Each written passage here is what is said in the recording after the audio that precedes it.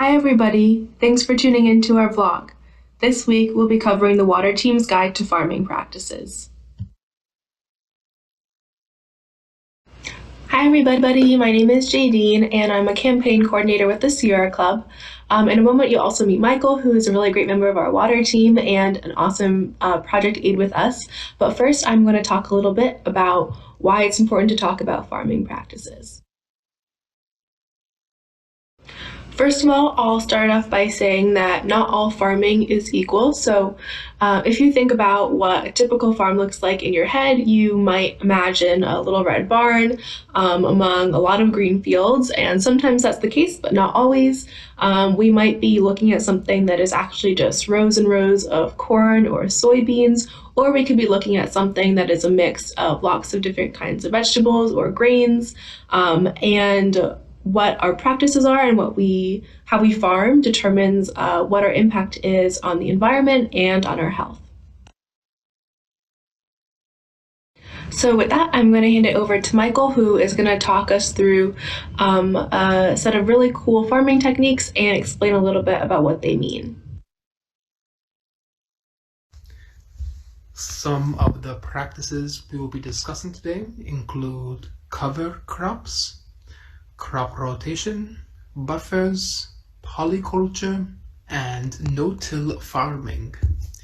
These are just a few of the practices that we will be discussing and have been discussing in our #Water Wednesday definition graphics series. Every Wednesday, we post on our story a definition graphic discussing practices like these in depth, at times comparing them to similar unsustainable practices. The first practice we'll be discussing today is crop rotation. This focuses on growing different crops on the same field every year. So say in 2010, in fields 1 and 2, you plant crops A and B respectively. And then in 2011, you plant crops B and A in fields 1 and 2 respectively, i.e. you are switching which crops are grown in the two fields. This is a very small scale example of what crop rotation is. You can do this with multiple fields, not just two crops, but for simplicity I kept it at 2 fields by 2 crops. Crop rotation is not only good for the soil, but it can actually also benefit farmers as they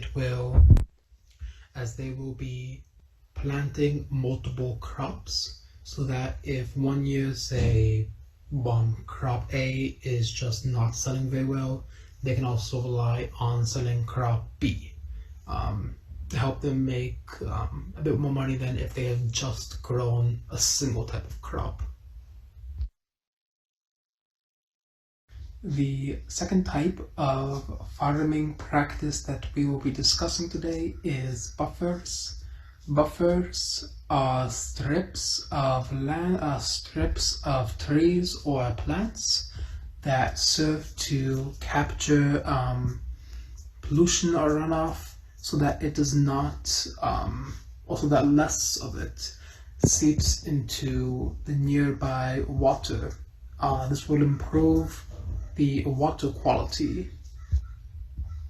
They also provide a sort of shelter for the soil and for livestock through preventing strong winds from blowing away nearby soil and possibly damaging buildings.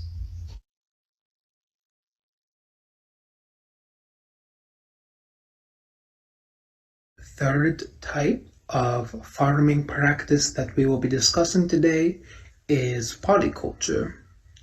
Polyculture is the practice of growing multiple crops at the same time. This is beneficial not only because it increases biodiversity. Biodiversity is diversity of like having many different organisms in the same area at around the same time. But it also helps by possibly lessening the amount of fertilizer that farmers will need to add. This is the case because with polyculture, you may be able to plant beans, legumes, and other kinds of crops that are able to take the nitrogen from the air and convert it into a form that the plants can use. The nitrogen is a nutrient which many plants use, and it is one of the reasons farmers oftentimes add fertilizer is because it provides this nitrogen.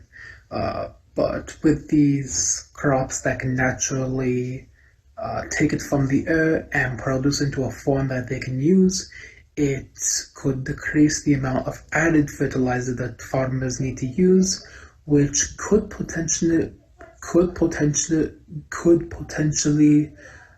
reduce the amount of nitrogen runoff.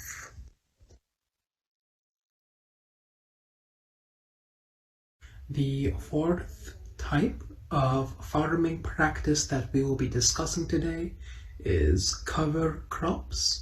Cover crops are crops that are grown during the off-season to prime the soil for the growing season. The benefits of cover crops are that they naturally add many nutrients to the soil and can possibly prevent soil erosion. Some examples of crops you would use as cover crops during the off season include ryegrass, legumes, and crimson clovers. And I'll take this last practice, which is no-till farming. So you may imagine that it makes sense to kind of till through soil and aerate it and make sure that there are no weeds. But actually, there's a lot of harm that can be caused by doing this tilling. One of them is that it promotes erosion. So as soon as you're kind of like lifting up and mixing up the soils that you are planting in, it's a lot easier for wind to carry away the soil, and erosion becomes a really big problem. And it also makes it harder for that soil to retain water and stay hydrated, which is really crucial for any plants that are growing. If you think about it, you're also kind of disrupting any microbial or fungal networks that are down in the ground, really helping to spread around nutrients and water among plants. So it is really important to ensure soil health by doing no-till practices. So that about wraps up our little intro to farming practices. Like Michael had mentioned earlier, if you're interested in learning more, check out our graphic series, which come out on Wednesdays.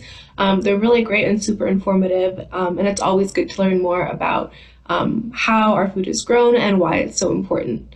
If you are wondering how you can support these good practices, there are a variety of things that you can do. One which I think is really important is just to make sure that you're asking about how your food is grown. So whether that's at a farmer's market or if you're at a restaurant, it's really great to ask where was this sourced from and do you know how it was grown? And those kind of questions will really help push people towards making some informed and really good decisions. Another thing that we have listed is to get involved in or invest in a CSA, that's community supported agriculture.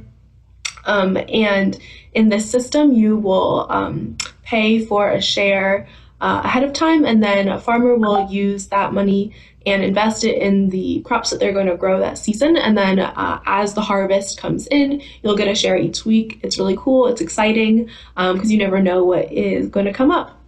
We also have a suggestion that you could try growing food yourself. Doesn't matter how much space you have, you can always just put a little pot on a windowsill and grow some basil or any other kind of herb, some little plants, tomatoes.